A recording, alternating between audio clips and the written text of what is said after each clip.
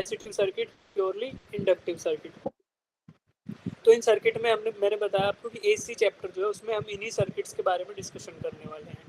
एक एक सर्किट को पकड़ेंगे, उसका वीआई कैरेक्टरिस्टिक्स देखेंगे, मतलब कि वोल्टेज, एसी वोल्टेज सप्लाई करने पर उसमें करंट किस तरीके से वेरी करता है, तो वो सारी चीज़ें हम नोट करते हैं, राइट।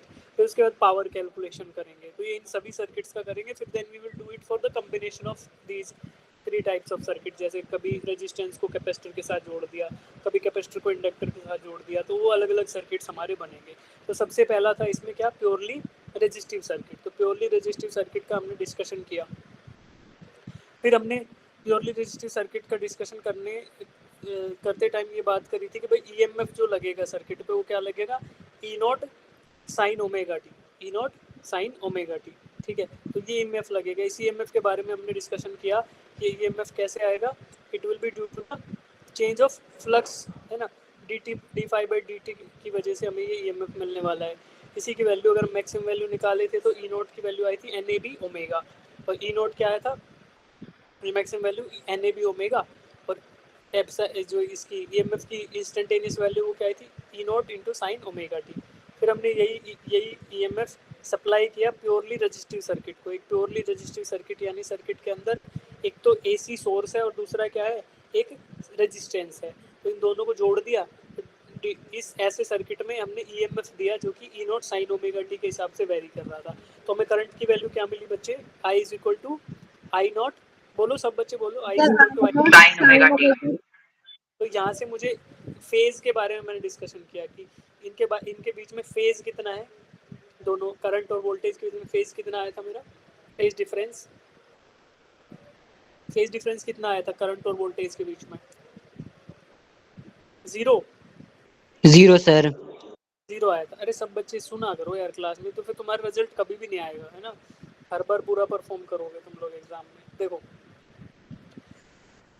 एक एक चीज को यहाँ पे देखो, E is equal to E naught sine omega T. यहाँ पे ई नोट क्या है, मैक्सिमम वैल्यू ऑफ ईएमएफ, या फिर इसको क्या बोलते हैं, एम्पलीट्यूड ऑफ ईएमएफ, राइट।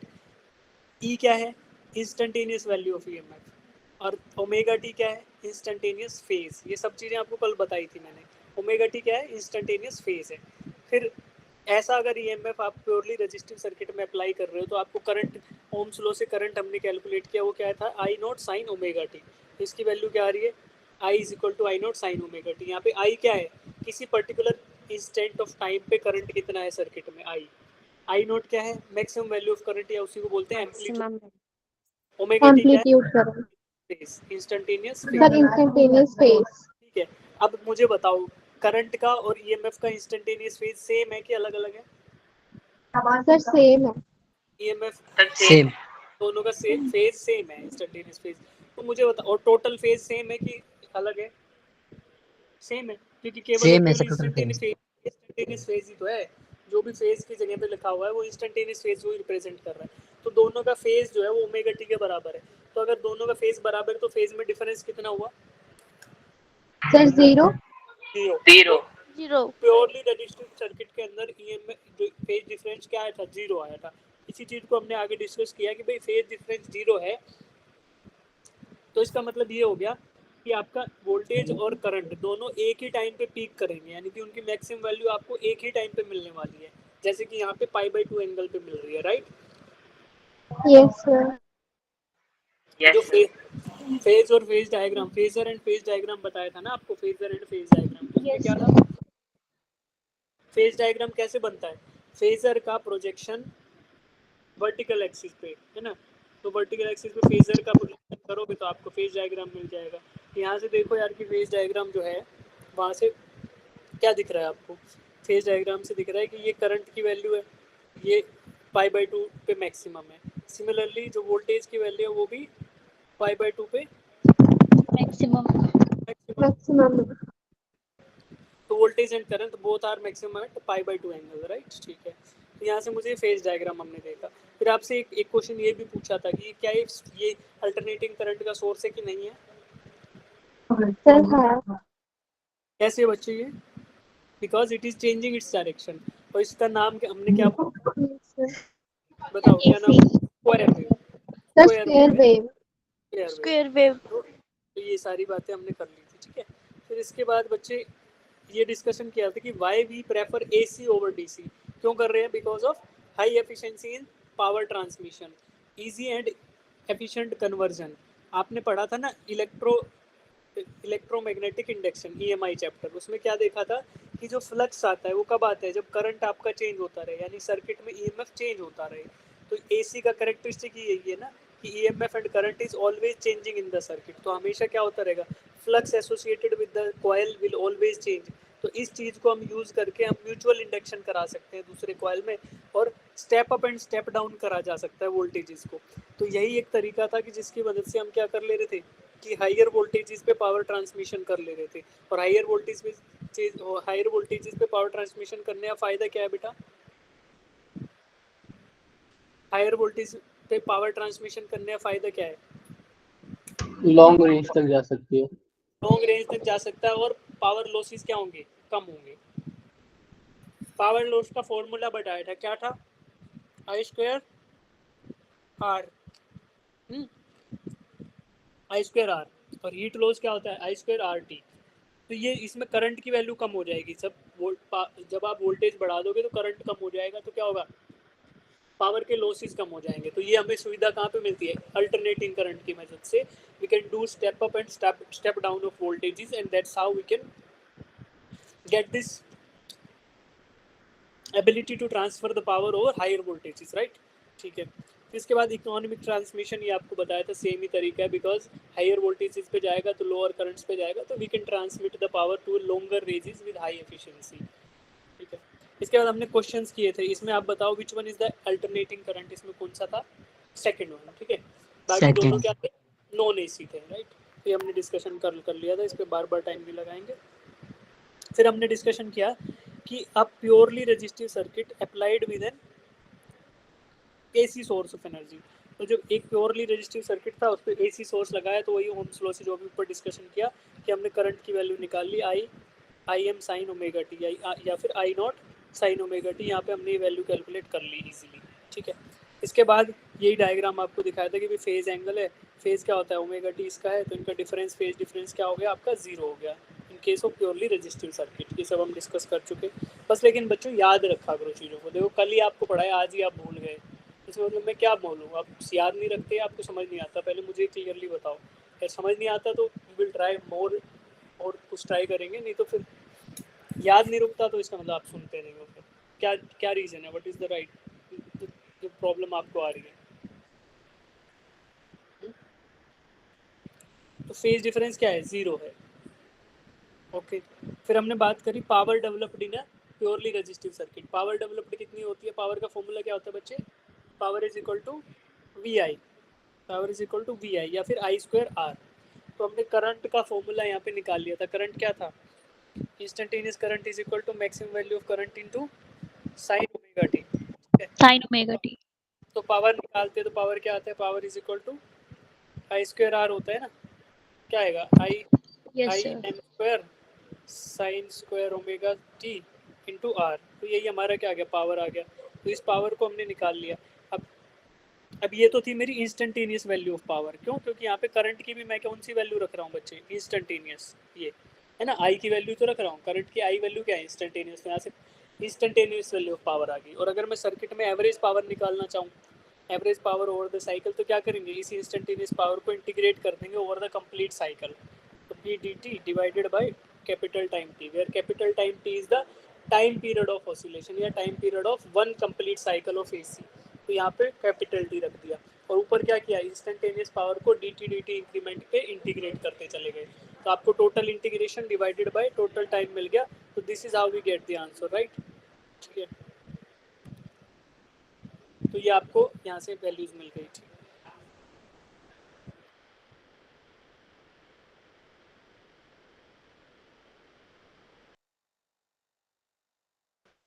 तो आपको ये वैल्यूज मिल गई, राइट बेटा? अब मैं एवरेज पावर की बात करता हूँ। तो एवरेज पावर कैसा आया? इंटीग्रेटिंग 0 टू t और वैल्यू रख दिया इंस्टेंटेनियस पावर का डिवाइडेड बाय t के। ऐसे तो हमने सॉल्व करके एक फाइनल आंसर आया था। क्या आया था बच्चे हमारा? कि average power over the complete time interval, उसका फॉर्मूला ये आ गया। ठीक है। और इसको इंटीग्रेट अगर आप करते हो तो क्या वैल्यू आ रही थी आपकी? 0 वैल्यू आ गई।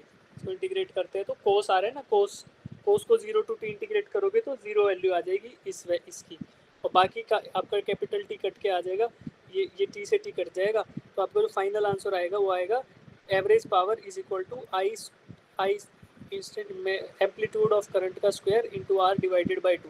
This is the power in an purely resistive circuit. तो average power for a complete cycle मतलब वन टाइम पीरियड के लिए जितनी पावर होगी एवरेज पावर वो क्या आएगी, हाफ IM² R. तो ये आपकी AC सर्किट के अंदर पावर आ गई. फिर इसी को एक नेक्स्ट स्टेप हमने यूज किया था, क्या किया था, इसी पावर को हमने इक्वेट किया किससे, DC पावर से.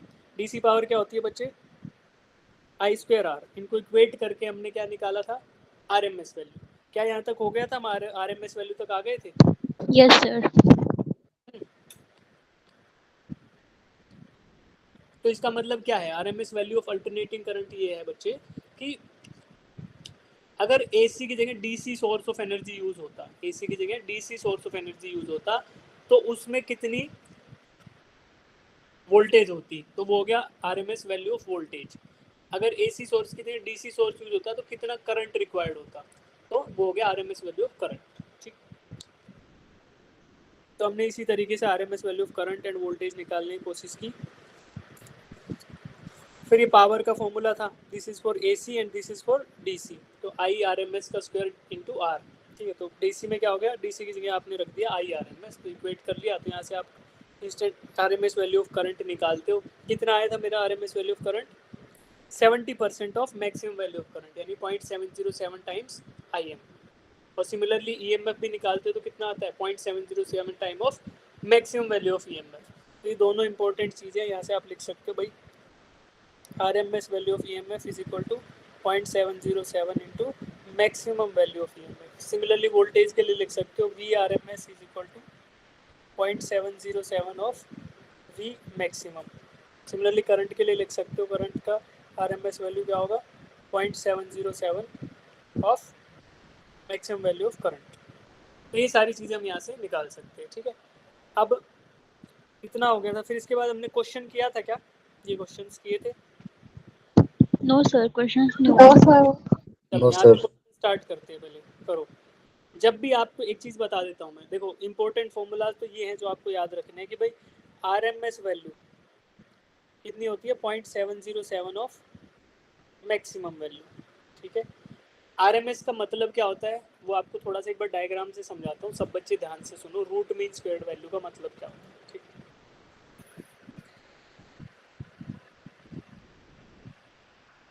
मैं करंट को प्लॉट कर रहा हूँ बेटा विद रिस्पेक्ट टू टाइम बोल दिया मैंने, या थीटा बोल देते हैं, या टाइम बोल दो, कुछ भी बोल दो. करंट क्या होगा, टाइम के साथ क्या करेगा, AC करंट है तो साइनोसॉइडल वेरिएशन दिखाएगा, वेरी करेगा.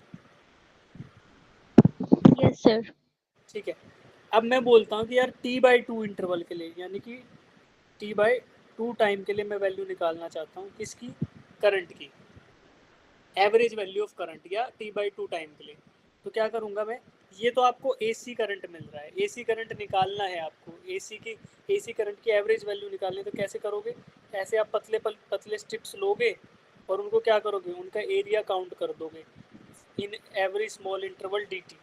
तो वो आपको क्या मिल रहा था, वो आपको मिल रहा था AC करंट की वैल्यू.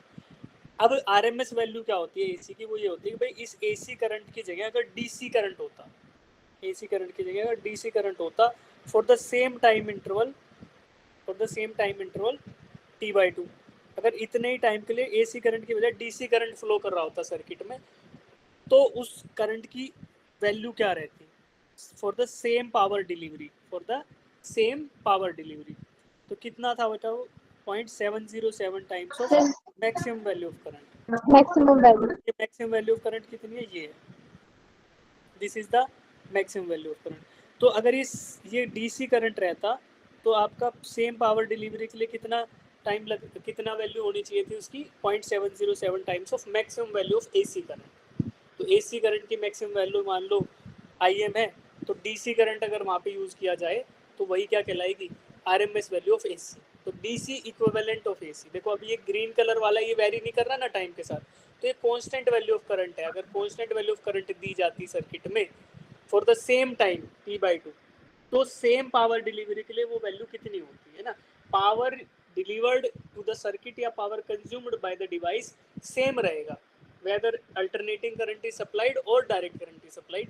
बट डायरेक्ट करंट दिया जाता एसी की जगह तो उसकी वैल्यू क्या रहती, वो कितनी रहती, 0.70 times of maximum value of current. उसी इसी वैल्यू को बोलते हैं बच्चे RMS value of alternating current. ठीक है, अब जब भी आपको सर्किट में दिया हो, सर्किट में जब भी या क्वेश्चन में जब भी वैल्यूज दी हो, जैसे इसमें दे रखी है RMS value of voltage 250 volts, यहाँ तो क्लियरली मेंशन कर दिया।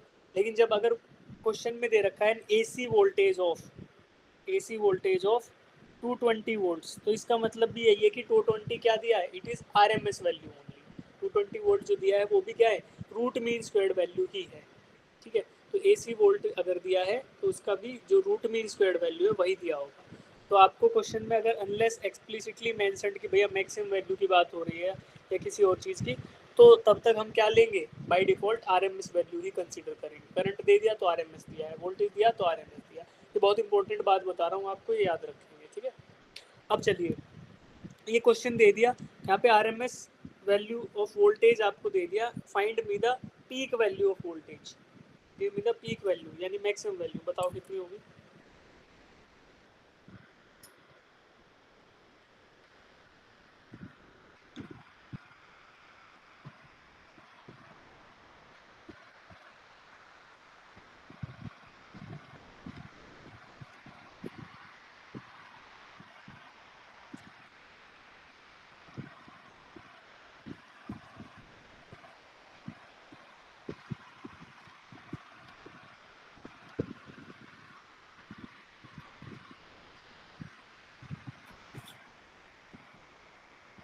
क्या फॉर्मूला लगाओगे बच्चे,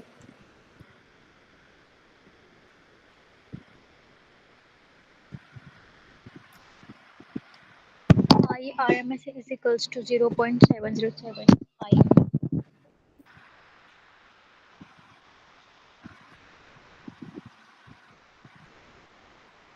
RMS value of voltage is 0.707 times maximum value of voltage, यानी पीक वैल्यू का 0.707 टाइम्स है आरएमएस। तो वैल्यूज रख दो, कितना दिया आरएमएस 250, ये कितना है 250 0.707 टाइम्स ऑफ वीएम है। आपको क्या निकालना है, maximum value of voltage VM निकालना है। क्या होगा 250 डिवाइडेड बाय 0.707, क्या आएगा इसका आंसर,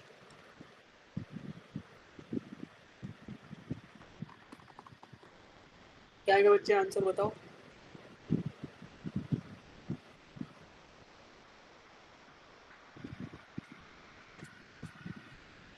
थ्री 353.6 है, 6. तो Yes, sir. 353 आई थिंक सही आंसर है बच्चे। ठीक है, 353 जो आंसर है वो सही है। तो यहाँ पे तुम्हें समझ आया कि किया क्या हमने बच्चे, Yes, sir. आरएमएस वैल्यू दे दिया था, आपको पीक वैल्यू बतानी है। तो देखो इसका मतलब क्या हुआ बच्चे, इसका मतलब ये हुआ कि अगर कोई अल्टरनेटिंग करंट ऐसा है जिसकी पीक वैल्यू 353 वोल्ट है, तो उसकी आरएमएस वैल्यू कितनी है 250। तो अगर मान लो ऐसे दिया है ना कि किसी AC voltage of 250 volt is applied, तो इसका मतलब ये है कि भाई एक्चुअल में जो करंट जो वोल्टेज है वो कैसे फ्लक्चुएट कर रही होगी, it will B fluctuating between किसके वैल्यू, कौन कौन सी वैल्यू के बीच में फ्लक्चुएट कर रही है ये, 250 से 0 या किसी और वैल्यू के, ये बताओ मुझे क्या वैल्यूज है, बताओ ना। ये प्लस का 353 से लेके माइनस 353 के बीच में ऑसिलेट कर, और इसी का आरएमएस वैल्यू क्या होगा, ऐसे वेरिएशन ऑफ एसी का आरएमएस वैल्यू 250 वोल्ट्स।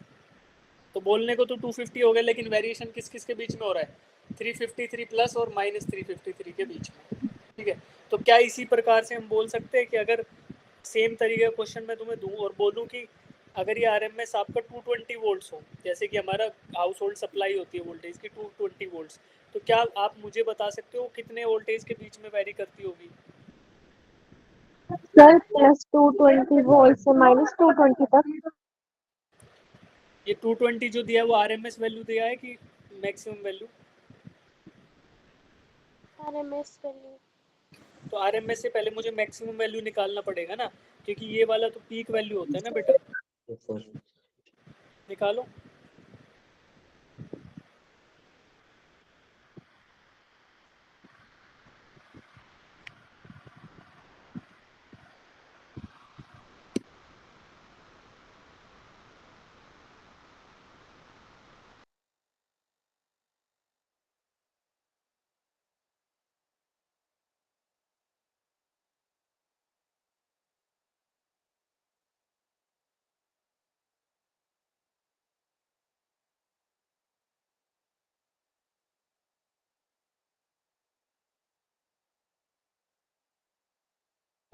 सर 311.1 आ रहा है।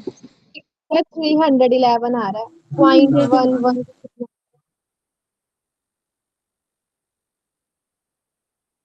ठीक है, तो क्या बोल सकते हैं, approximately 311 volt positive. Sir plus 3 हाँ 2 माइनस 311। इनके बीच में एक्चुअली वोल्टेज फ्लक्चुएट कर रही होगी ना। तो क्या हो रहा है बच्चे, देखो 0 से स्टार्ट हुई, फिर π/2 एंगल पे गई तो कितना हो गया, 311 हो गया प्लस का। फिर पाई एंगल पे आई, पाई प्लस π/2, π/2 प्लस π/2 पे कितनी होगी, फिर से 0 हो गई। फिर कितनी 270 डिग्री पे, यानी 3 π/2 पे आई तो कितनी हो गई, -311 वोल्ट हो गई। फिर 2 पाई पे गई तो फिर से 0 हो गई, है ना। तो यहाँ पे आपको पता चल रहा है कि ये जब 220 वोल्ट आपको दे दिया आरएमएस वैल्यू, तो वहाँ पे आपका एक्चुअल वैल्यू कहाँ से कहाँ फ्लक्चुएट कर रहा है,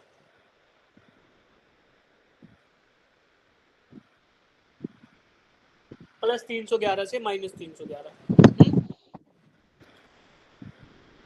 इन बच्चों को ये बात समझ आई, एक बार हैंड राइज करना।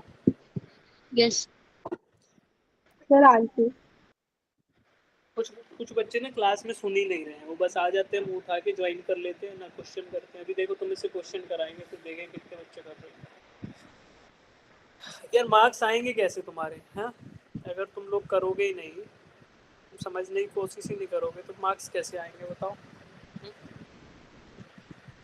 तुम्हें इतना अच्छे से समझा रहा हूँ मैं ड्रॉ कर करके, तो शायद समझ तो आ ही जाना चाहिए यार।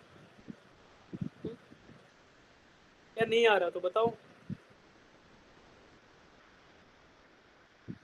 हिम्मत को स्क्रीन ही शो नहीं हो रही, बट डिस्कनेक्ट करके कनेक्ट करो आप। स्क्रीन तो सर एक आज बार तो और समझा आज, दीजिए। आज तो नेटवर्क सही आ रहा है यार। क्या बोल रहे हो मुस्कान? Yes sir. सर एक बार और समझा दीजिए। क्या समझाऊं बताओ। हिम्मत क्या बोल रही है, हिम्मत बोले 5 बार करा दिया, डिस्कनेक्ट से कनेक्ट ऐसे किया क्या, डिस्कनेक्ट कनेक्ट। Yes sir. यार इसमें ना आपका नेटवर्क का इशू होगा, फिर थोड़ा जगह बदलो। आज तो मेरे साइड से तो सही है यार, सब कुछ मेरे साइड से इशू नहीं है यार। ठीक है, तो अब देखो। हाँ, मुस्कान क्या बताना है बच्चे, बताओ। सर ये सॉल्यूशन। क्वेश्चन बताओ। देखो, RMS value of voltage is given as 250 volts. तो मैंने 250 तो पिछला क्वेश्चन था जो यहाँ पे दिया हुआ है, तो मैंने क्या कर दिया इसको, मैंने बोल दिया यार 250 की जगह क्या कर लो, जो हमारे हाउस होल्ड में आती है उसको कर लो 220 वोल्ट्स। तो अब पूछा है कि पीक वैल्यू ऑफ वोल्टेज कितनी होगी। तो हमें फॉर्मूला पता है, RMS value is equal to 70% of peak value, यानी VRMS is equal to 0.707 of VM। क्या करना है इसमें, सॉल्यूशन में वैल्यू डाल दो आप, मैक्सिमम वैल्यू आपको निकालनी है। RMS सर वैल्यू ये दे रखी है। डायग्राम वाला। अच्छा, डायग्राम वाला क्या है, AC जो होता है वो साइनोसॉइडली वेरी करेगा। तो ब्लू कलर का जो ग्राफ है, आपको समझ आ रहा है कि साइनोसॉइडल वेरिएशन आएगा। Yes sir.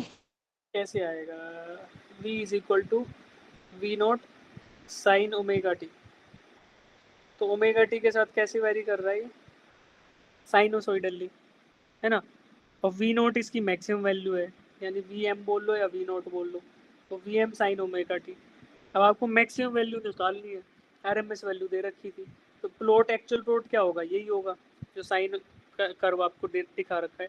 अब मैंने बोला कि 220 वोल्ट RMS वैल्यू होगी, तो मैक्सिमम वैल्यू कितनी है, 311 आंसर आ गया। तो मैं ये बता रहा हूँ कि बच्चे जो एक्चुअल में वोल्टेज वेरिएशन होगा वो मैक्सिमम 311 से और मिनिमम -311 के बीच में हो रहा है वेरिएशन, ठीक है। ये चलिए ये हो गया। अब इसके बाद ये क्वेश्चन करो, find out the resistance of the heater. Electric heater is rated eight 1000 watt for 220 volt, find the resistance।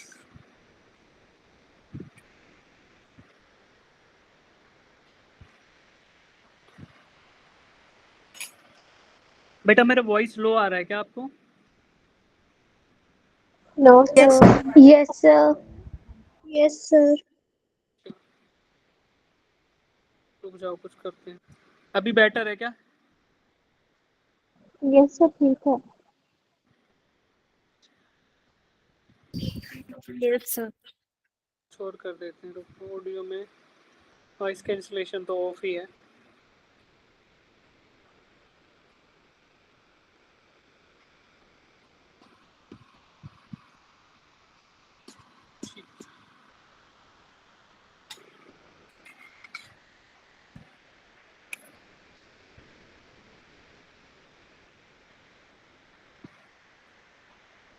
Sir 48.45 ओम। देखो क्वेश्चन में क्या दिया, पावर दे रखा है,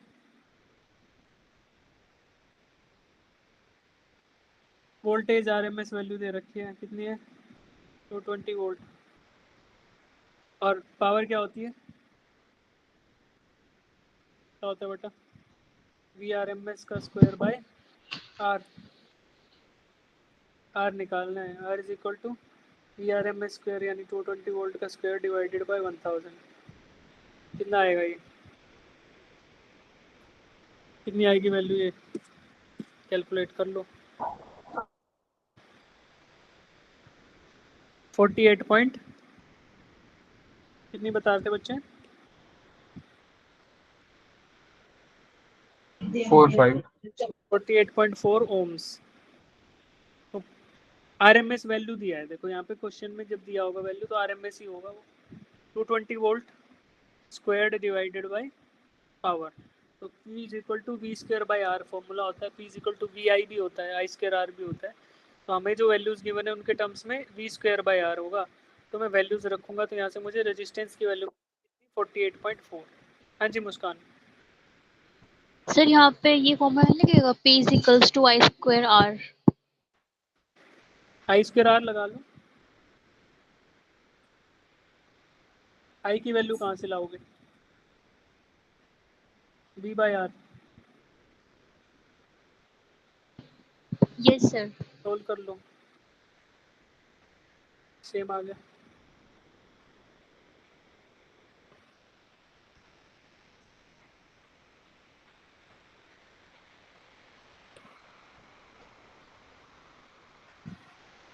ठीक है, चलिए इसका Yes, सेकंड sir. पार्ट करो। पीक वैल्यू ऑफ वोल्टेज बताओ, अभी निकाला था, कितना आंसर आया था? 31111।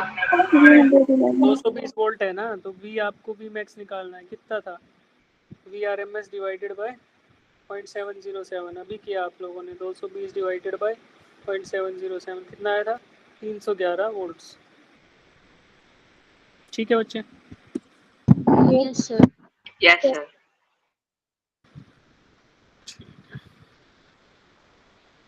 अब क्या करना है अपने को, अब अपने को करना है भाई, ये तो हो गया आपका क्वेश्चन, 4.54 एम्पियर और 311 वो, ठीक है। तो ये हो आपका कंप्लीट हो गया प्योरली रजिस्टिव सर्किट। तो अब आपको एक बार रिवाइज करके मैं ये बता देता हूँ कि हमने एक्चुअल में किया क्या है, ठीक है बच्चों। तो प्योरली रजिस्टिव सर्किट हमने स्टार्ट किया, पहले एसी स्टार्ट किया, फिर उसमें प्योरली रजिस्टिव सर्किट की हमने बात करी, राइट। प्योरली रजिस्टिव सर्किट में हमने सबसे पहले क्या देखा बेटा, वोल्टेज इनपुट पे करंट कैसे वेरी कर रहा था। तो हमने वोल्टेज इनपुट क्या दिया था, V is equal to V not Sir, I. V not sin omega t. इससे हमें ओम्स लॉ यूज करके हमें क्या मिला था, करंट की value I is equal to I not या फिर आई एम I साइन not sin omega t. Omega T. फिर हमने पावर कैलकुलेशन किया, पावर का फॉर्मूला क्या लगाया था, आई स्क्वायर आर। तो यहाँ पे आई आई की स्क्वायर वैल्यू स्क्वायर करके हमने फाइनली जो आंसर निकला था वो क्या था 1/2 आई एम स्क्वायर आर, ये हमारा आंसर आ गया था। ठीक है, तो ये जो चीज़ें थी हमने कैलकुलेट यहाँ पे कर ली थी। पावर कैलकुलेशन हो गया, फिर हमने आरएमएस वैल्यू और इन सबको कैलकुलेट किया। वहाँ उसमें क्या बताया कि पीक वैल्यू कितनी होगी बच्चे, मैक्सिमम वैल्यू ऑफ करंट क्या होगी, I R M S divided by 0.707, या बात करें कि आर एम एस वैल्यू क्या होगी करंट की, that is 70% of peak value. तो ये सेम हम करंट पे लगाएंगे, वोल्टेज पे लगाएंगे, ईएमएफ पे लगाएंगे, सेम चीज़ लगेगी, राइट। तो यहाँ तक हमने डिस्कशन कर लिया है। अब अगला डिस्कशन होगा प्योरली इंडक्टिव सर्किट के लिए। ठीक है, तो वो हम करेंगे अब एसी के लिए जब सेकंड क्लास लेंगे उसमें। आज शुरू कर देते हैं अब इसके बाद यूनिट एंड डायमेंशंस के क्वेश्चन। ठीक है, तो अब आप मुझे बताओ कि इसमें इस वाले में किसी को कोई डाउट है तो अभी पूछो, ताकि आपको ना आगे कैरी फॉरवर्ड ना हो वो समस्या। फेज डायग्राम में, फेज एंगल में, इन सब में किसी में कोई दिक्कत?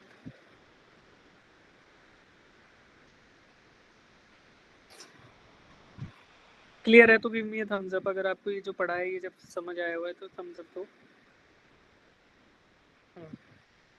तो क्या मैं unit sir and phase dimension diagram बता दो। फेज डायग्राम बता दूं? ठीक है, फेज डायग्राम रिप्रेजेंट कौन बच्चा बताएगा फेज डायग्राम? एक बार किसी और बच्चे से समझते हैं, शायद वो अच्छे से बता पाए। बताओ कौन समझाएगा जिनको समझ आया फेज डायग्राम क्या होता है? बताओ बेटा, कौन बताएगा? शिखा आप बताओगे?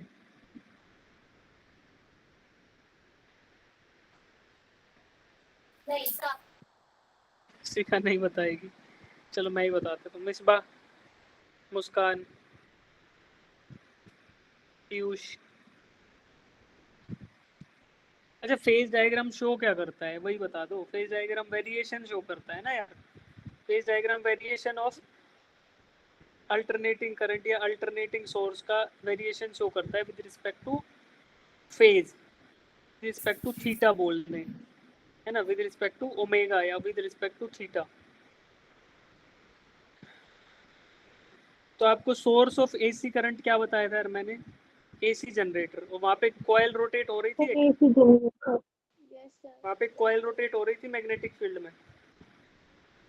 Yes sir. तो वो कैसे करंट बनाएगा? वो फिक्स वैल्यू नहीं बनाता वोल्टेज की, वो ऐसे वेरिंग वोल्टेज बनाएगा। ठीक है, तो ये वो डायग्राम है जो इस वोल्टेज का वेरिएशन शो करेगा। अगर इस डायग्राम का इक्वेशन लिखूं तो क्या रहेगा बच्चे? That is V M sine omega T. Omega T क्या है? ओमेगा टी ये एक्स एक्सिस पे जो वैल्यू है वो है, और ओमेगा टी होता क्या है वैसे? Omega T is equal to theta, और ये क्या होता है? एंगुलर डिस्प्लेसमेंट, कि कितना डिस्प्लेस हुआ है हमारा कॉइल, कितना हमारा डिस्प्लेसमेंट आया है कॉइल के अंदर। और ये वी एम क्या है बच्चे? V M is the maximum value, जो पीक वैल्यू होगी। ठीक है, तो इसी का प्लॉट जो है वही क्या कहलाता है? Phase diagram. ठीक है बच्चे,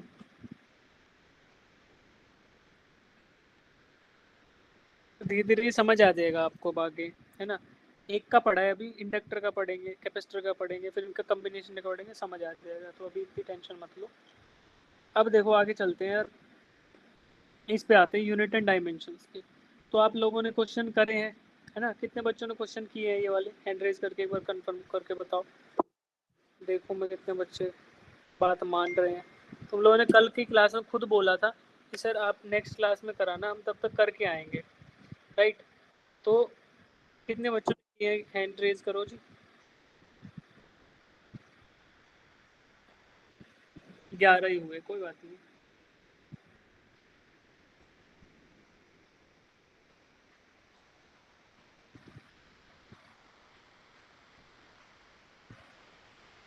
ठीक है,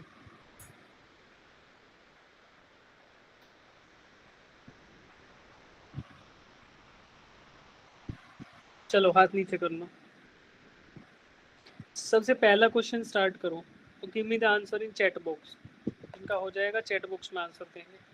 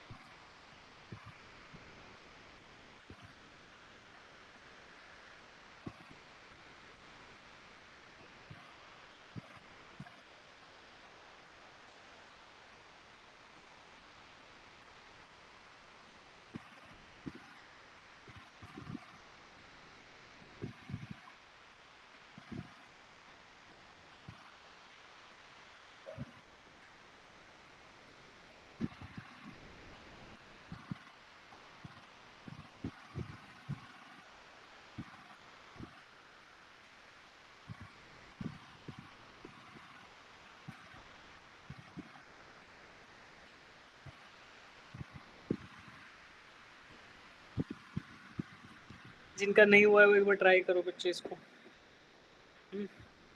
काफ़ी बच्चों ने तो ऑलरेडी आंसर दे ही दिया है, तो जिनका नहीं हुआ है वो ट्राई करो।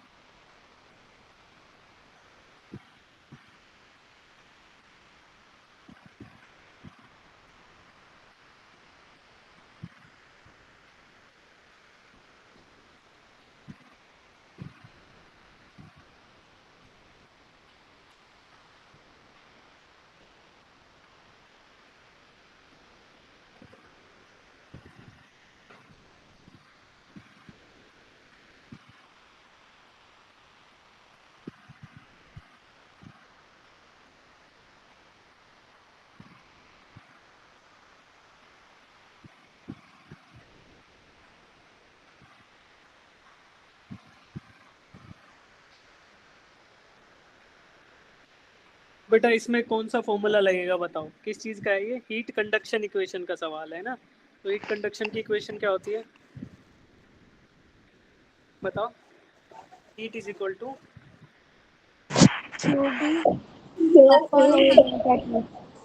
के A d T by D x, है ना। ये आपका क्या होता है? हीट का।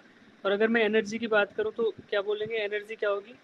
Energy will be equal to Q, और ये किसके बराबर होगी? टाइम से और मल्टीप्लाई कर दो हीट को। तो ये आपका आ गया क्या? एनर्जी।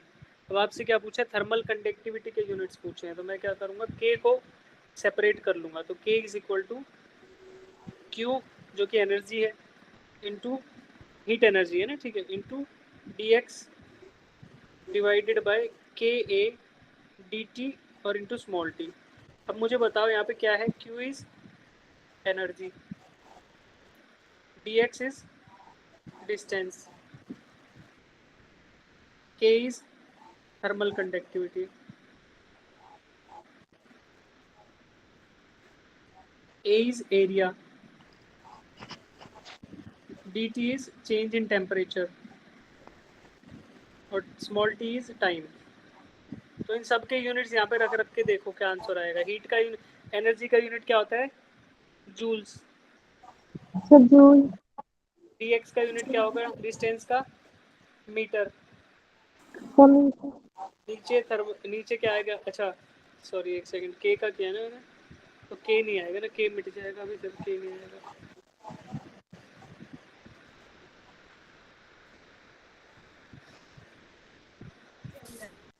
ठीक है, तो नीचे एरिया का यूनिट क्या आएगा बच्चे?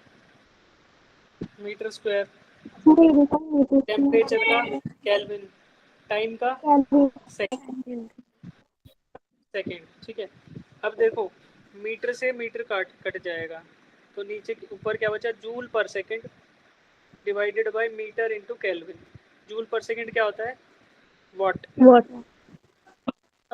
ऊपर m-1 केल्विन -1। तो क्या आंसर आ गया मेरा फिर? Option number A. ठीक है, तो ये ऐसे हो जाएगा। मैक्सिमम बच्चों ने कर लिया है सही। ठीक है, सेकंड क्वेश्चन करो।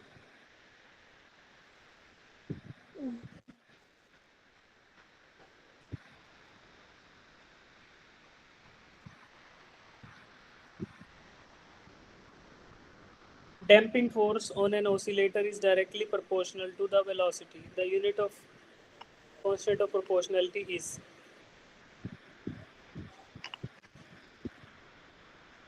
ठीक है, इसमें ज़्यादा सोचेंगे नहीं डैम्पिंग फोर्स क्या है क्या है।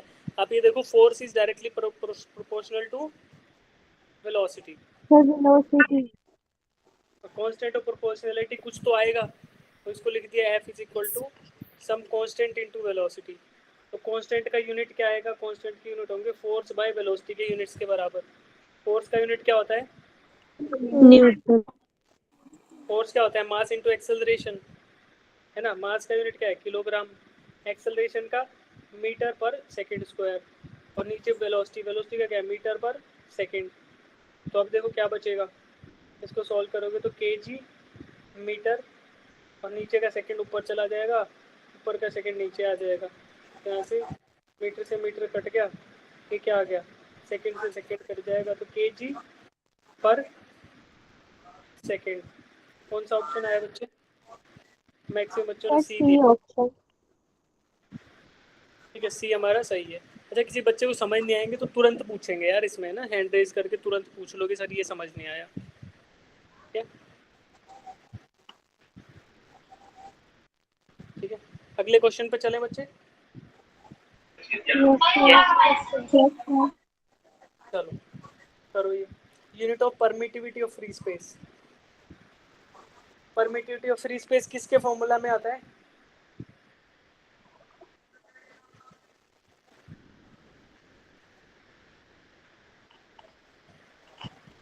कूलम्ब्स लॉ में। Yes sir. Yes sir. तो मुझे एप्सिलॉन नोट के यूनिट्स बताने हैं, तो एप्सिलॉन नोट के यूनिट्स क्या होंगे बच्चों? 1/4 पाई, तो ये तो कांस्टेंट है, क्यू की जगह क्यू स्क्वायर लिख दूँ, यूनिट तो सेम ही रहेगा, Q1 Q2 रहे चाहे क्यू रहे, और यहाँ पे फोर्स और यहाँ आर स्क्वायर। तो यूनिट्स क्या आने वाले हैं? चार्ज का यूनिट क्या होता है? कूलम। Divide coulomb. न्यूटन, और डिस्टेंस का यूनिट मीटर। मीटर। क्या है? कूलम्ब स्क्वायर पर न्यूटन मीटर स्क्वायर। कौन सा आंसर है?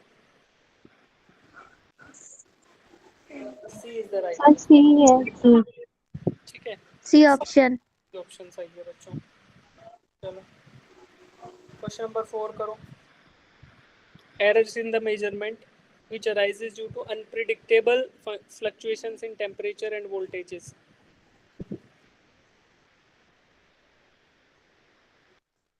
Sir random error.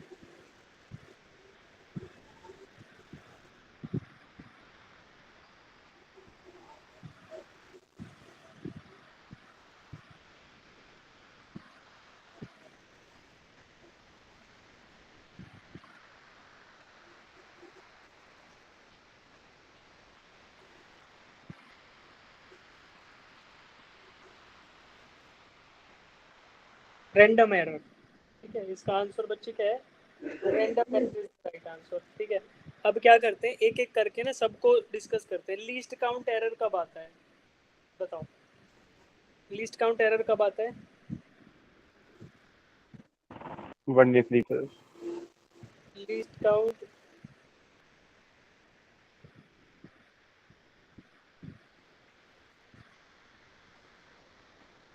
Least count error तब आएगा जब आपका जो डिवाइस है ना उसको जीरो शो करना चाहिए लेकिन वो जीरो शो नहीं करता, या तो कुछ पॉजिटिव वैल्यू शो करे या हल्की सी नेगेटिव वैल्यू शो करे। मतलब कि जीरो एरर पे जो है ना, जो मिनिमम उसको काउंट करना चाहिए जीरो, वहाँ पे वो काउंट नहीं कर रहा, राइट? तो ऐसा एरर क्या कहलाएगा? इंस्ट्रूमेंटल एरर का एक सब टाइप है ना, कि वो अपने लीस्ट काउंट को काउंट नहीं कर पा रहा है। ठीक है जी, तो जीरो एरर की वजह से ही आपके पास दिक्कत आ जाएगी। तो लीस्ट काउंट एरर आपका क्या हो गया? इंस्ट्रूमेंटल एरर का टाइप। सी क्या है? सी इज इंस्ट्रूमेंटल एरर, कि भाई जो मेजरमेंट का apparatus है अगर उसमें किसी भी रीजन की वजह से, फॉर एनी रीजन, या तो इंस्ट्रूमेंट फॉल्टी हो या एनवायरमेंटल इम्पैक्ट्स आ रखे हों, है ना, या उसमें थर्मल एक्सपेंशन हो रखा हो, तो कुछ भी अगर ऐसी प्रॉब्लम है उनकी वजह से अगर आपके मेजरमेंट में एरर आ रहा तो उसको क्या बोलते हैं?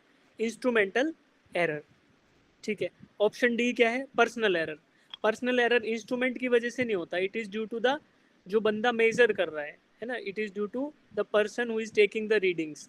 तो अब इसमें बहुत सारी चीजें हो सकती है, या तो उसको प्रोसेस ही नहीं पता रीडिंग लेने का, है ना, या फिर उसने रीडिंग जो ली है वो क्या ले ली है? गलत रीडिंग ले ली है ना। उसने जो रीडिंग ली है वो क्या ले ली है बच्चे? वो रीडिंग गलत ले ली है ना। उसने रीड करना था .1, उसने गलती से .2 देख लिया है, .3 दिख गया उसको। तो ये सारे के सारे एरर किस में आ गए? पर्सनल एरर में। और रैंडम एरर क्या है? जिनको हम कोई रीजन असाइन नहीं कर सकते, जिनका हमें रीजन नहीं पता होता, दे आर अनप्रिडिक्टेबल, कि हाँ भाई आ गया कहीं से भी आ गया बट उसका कोई रीजन नहीं है, ऐसे रैंडम एरर्स बोलते हैं, उनको बोलेंगे random errors, they are unpredictable in nature. ठीक है, चलिए ये क्वेश्चन करें, ये बहुत आसान भी है और अच्छा क्वेश्चन भी है, इंपॉर्टेंट सा भी है। Question number 5।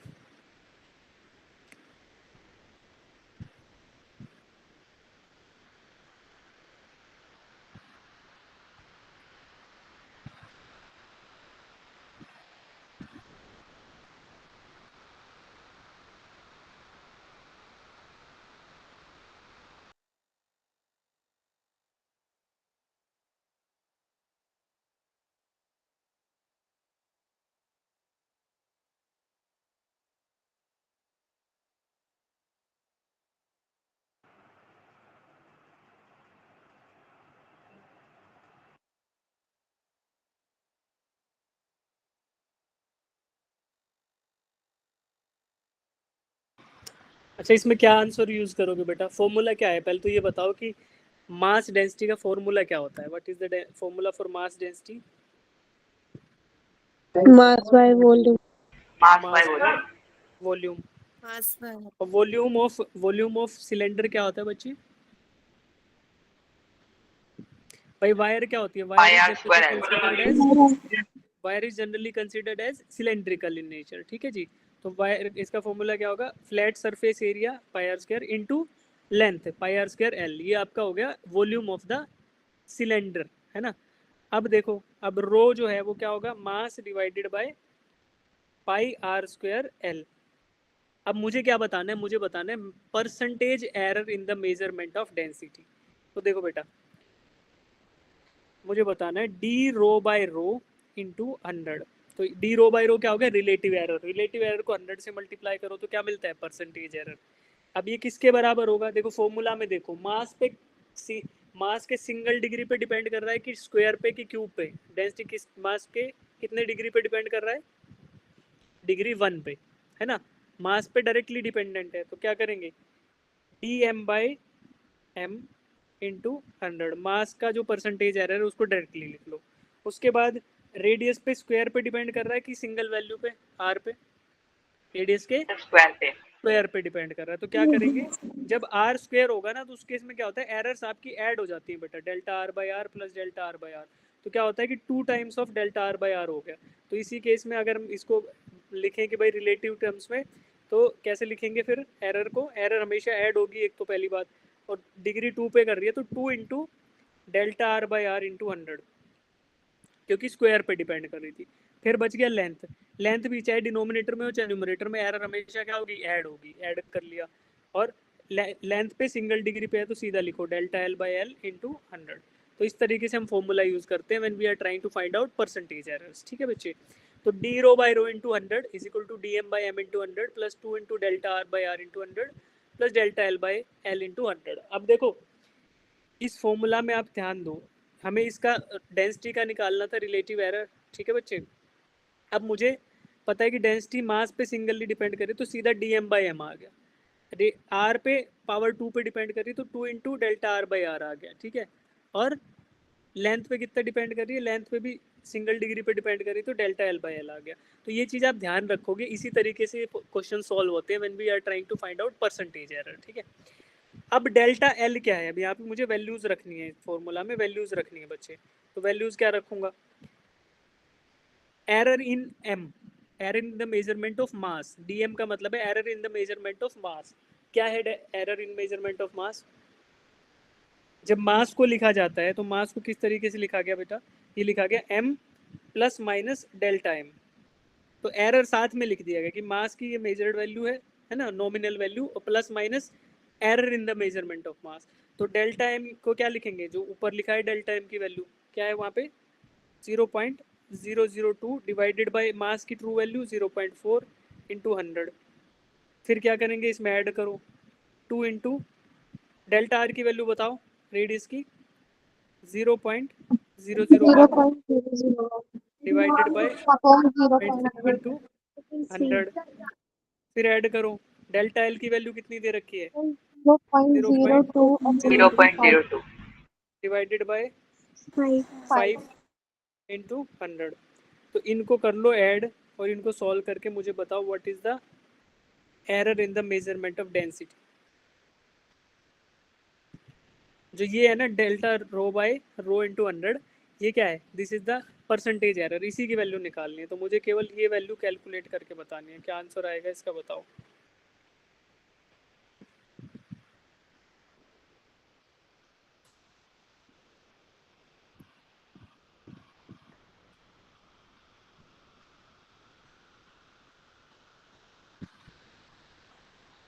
क्या आंसर आ रहा है बच्चे?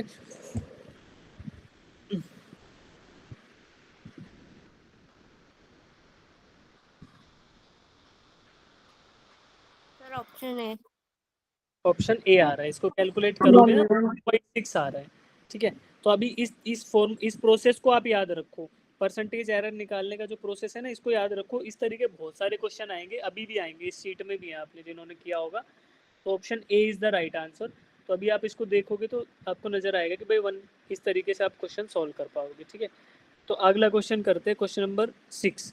ये आपका है स्क्रू गेज का क्वेश्चन। इसमें आपको बताना है डायमीटर ऑफ द वायर यानी measured value by the screw gauge. करो इसको फटाफट। स्क्रू गेज पे दो स्केल होते हैं, एक होता है कौन सा, लीनियर स्केल, और दूसरा सर्कुलर स्केल। तो लीनियर स्केल पे क्या होता है, ट्रांसलेट करता है आपका सर्कुलर स्केल, घूमता रहेगा और साथ साथ ट्रांसलेट भी करेगा। तो रीडिंग क्या होती है, रीडिंग इज लीनियर स्केल पे जो रीडिंग है plus least count into circular scale पे जितने डिवीजन में इनकम पास हुए हैं, ठीक है। तो ये आपकी रीडिंग आती है। करो इसको सोल्व।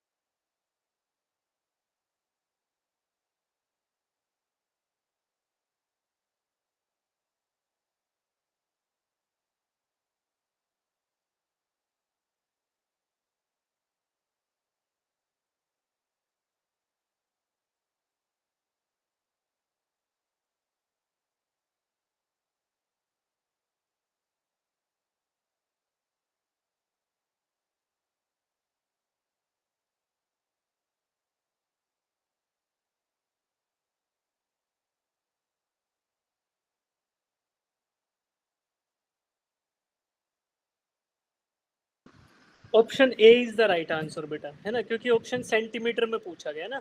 अब देखो 1 mm on main scale corresponds to 100 divisions on circular scale। तो सर्कुलर स्केल पे कितने डिवीजन क्रॉस हुए बच्चे, 52 डिविजन्स, है ना।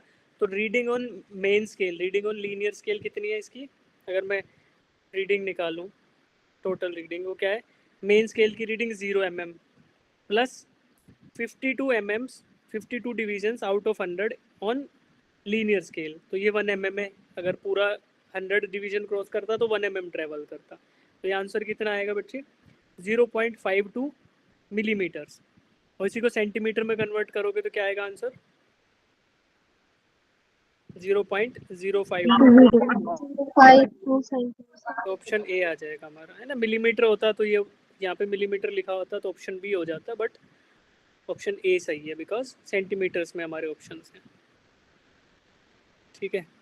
चलो क्वेश्चन नंबर 7,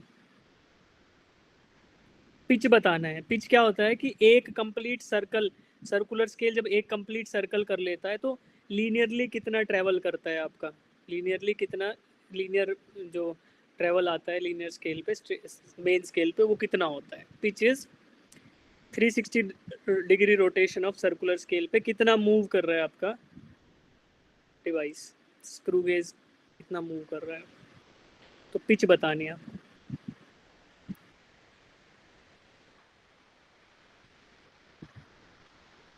इस हिसाब से क्या हो गया, least count into number of division Number of division in scale. Circular scale है ना, तो least count into number of division on circular scale.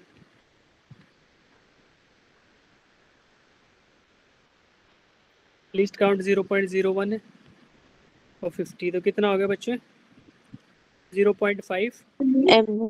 mm। तो ऑप्शन सी हमारा सही आंसर आ गया। ठीक है, चलो क्वेश्चन नंबर 8 करो। देखो ये बहुत आसान सवाल है, इसमें हमें एक स्टेप कम ही करना है, जो पिछला क्वेश्चन था ना उससे एक स्टेप कम ही यूज़ करना है। तो आपको percentage error in the measurement of x निकालना है, और एक्स ए बी एंड सी पे डिपेंडेंसी उसकी दिखा दी आपको, निकालो।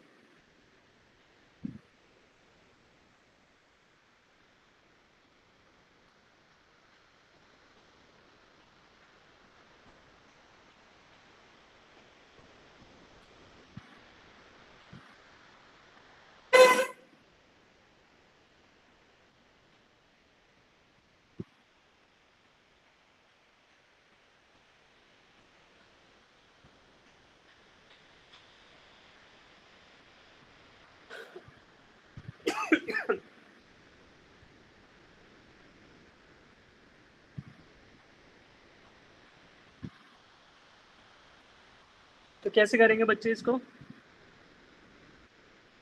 Delta x by x into 100 की वैल्यू हमें निकालनी है। Delta x by x into 100 की वैल्यू हमें निकालनी है। क्या होगी बच्चे, ये होगी ए पे कितना ए पे कितनी डिग्री पे डिपेंडेंस है, 2 into delta A by A into 100 1. Plus 1/2 into delta B by B into 100 plus 1/3 into delta C by C into 100 plus 3 into delta D by D into 100। ठीक है, अब क्वेश्चन में क्या दे रखा है, क्वेश्चन में परसेंटेज एरर ऑलरेडी दे रखे हैं, यानी कि delta A by A into 100 की वैल्यू क्या दे रखी है 1, डेल्टा बी बाई बी की वैल्यू क्या दे रखी है 2, delta C by C into 100 की वैल्यू क्या दे रखी है 3, delta D by D into 100 की वैल्यू क्या दे रखी है 4। तो बस हम क्या करेंगे 2 into 1 plus 1/2 into 2 plus 1/3 into 3 plus 3 into 4। ठीक है, इसको सॉल्व करेंगे तो क्या होगा बच्चे 2 प्लस 1 प्लस 1 प्लस 12 कितना आ रहा है 16%। तो option C is the right answer. ठीक, आसान था। इस तरीके ये वाला क्वेश्चन ना बहुत बार पूछा गया नीट में, तो ये पूछा भी जाता ही है, रिलेटिव एरर परसेंटेज एरर ये सब पूछे जाएंगे। हो गया, ये करो क्वेश्चन नंबर 9 करो।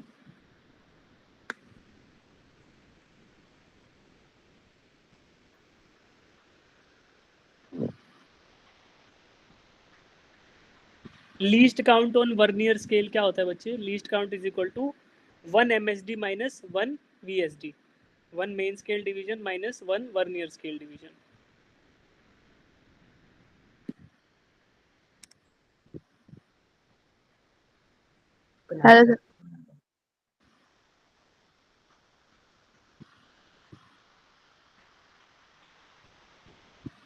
क्वेश्चन में क्या दे रखा है, main scale division of vernier calliper has n divisions per centimetre, n divisions of vernier scale coincides with n-1 divisions of main scale.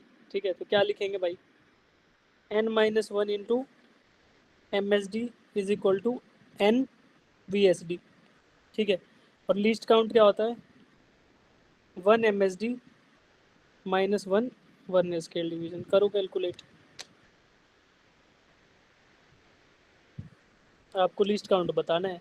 तो VSD की वैल्यू आप कहाँ ऑप्शन से, सी। VSD की वैल्यू कहाँ से लोगे बच्चे, VSD की वैल्यू ऊपर जो इक्वेशन है वहाँ से ले लो, है ना, VSD की वैल्यू वहाँ से ले लो।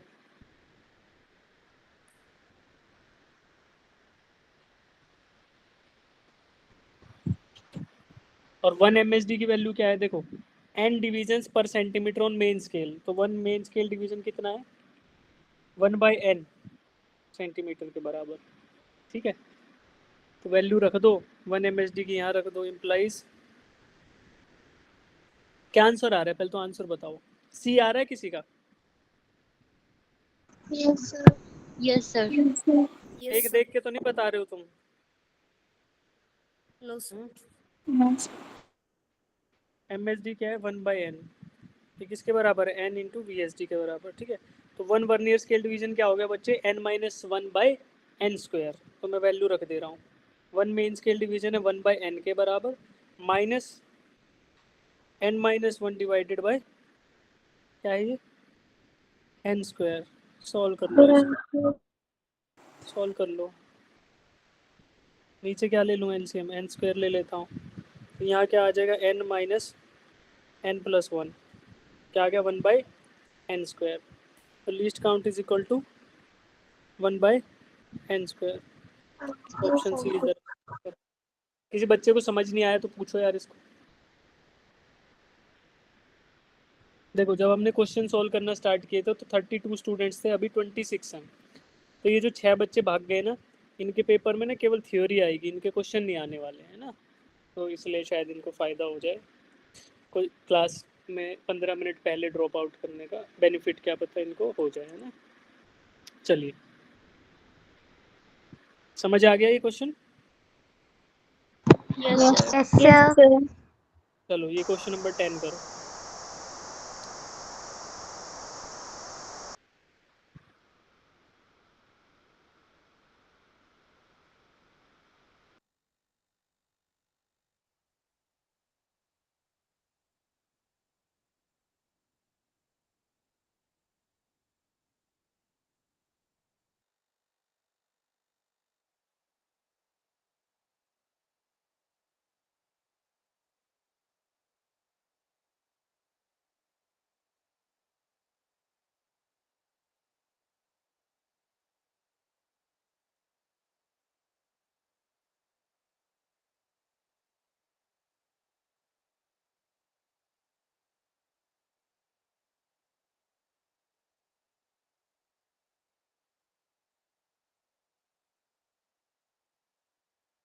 Excuse me, sir. हाँ बेटा।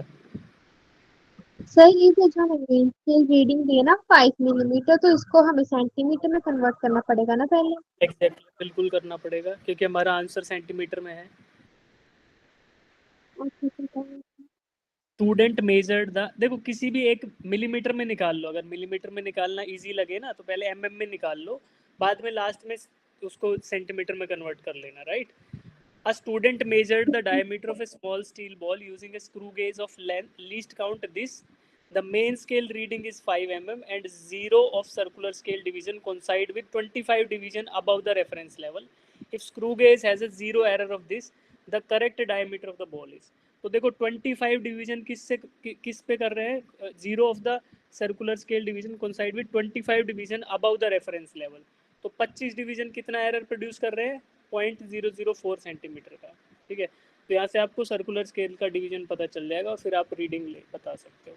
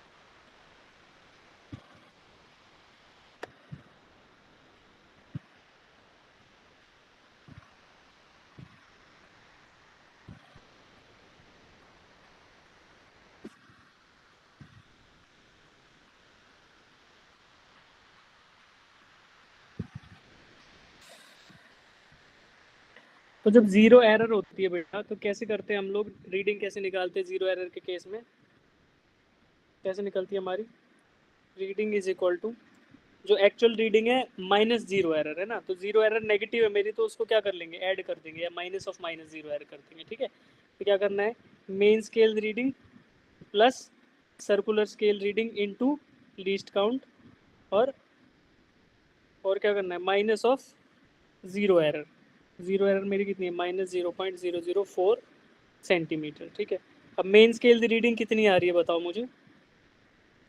Main scale reading is 5 mm, तो इसको सेंटीमीटर में कन्वर्ट करूंगा तो 0.5 प्लस सर्कुलर स्केल रीडिंग कितनी है, सर्कुलर स्केल रीडिंग 25 डिविजन्स, और लीस्ट काउंट कितना है 0.001 है ना, तो इसको सेंटीमीटर, तो ये तो सेंटीमीटर में ही दे रखा है, और ये एरर आपकी ऐड हो जाएगी। तो क्या हो गया इसका डायमीटर ऑफ द बॉल कैसे निकलेगा, ऐसे निकल जाएगा, मेन स्केल पे रीडिंग, सर्कुलर पे रीडिंग, और जीरो एरर जो था वो नेगेटिव में था ना, तो नेगेटिव को कंपनसेट करने के लिए, मतलब कि कम काउंटिंग कर रहा था ये, कम रीडिंग दे रहा था आपका स्केल, है ना।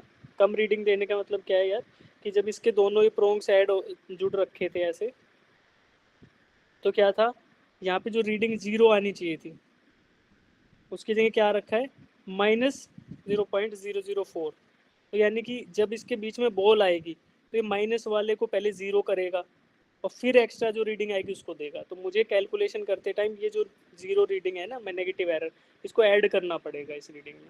तो इसको कैलकुलेट करके मुझे आंसर बताओ क्या आ रहा है, 0.5 कुछ आएगा ना, 0.5 तो इधर है, 0.529 Yes. 0.529 centimetre is the right answer, option D बोल देंगे इसको। ठीक है, option D is the right answer. Question number 11 और करो।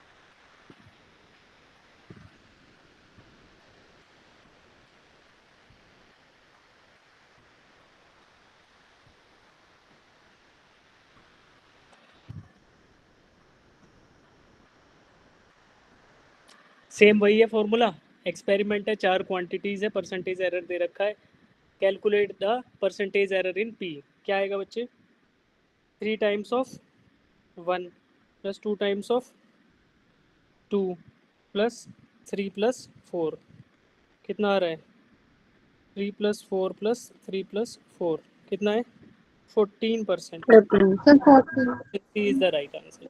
ठीक है, एक क्वेश्चन और कर लो, क्वेश्चन नंबर 12।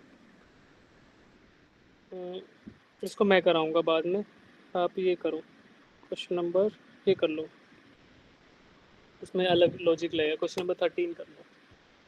कुछ कुछ ना मैंने इसमें होमवर्क हाईलाइट भी कर रखे हैं इस शीट में, तो आपको मैं नोट शेयर करूंगा, तो होमवर्क जो है वो करके आना, ठीक है।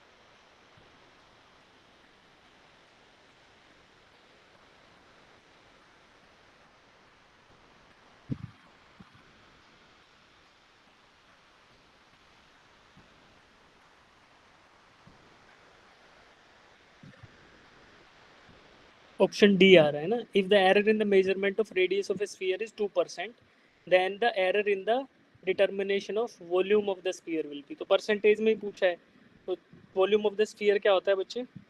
4/3 pi cube. 3 pi R cube. तो कितने डिग्री पे डिपेंड कर रहा है इस पे, वॉल्यूम पे? 3 पे। तो percentage error in volume measurement, volume calculation होगा ना बेसिकली, क्योंकि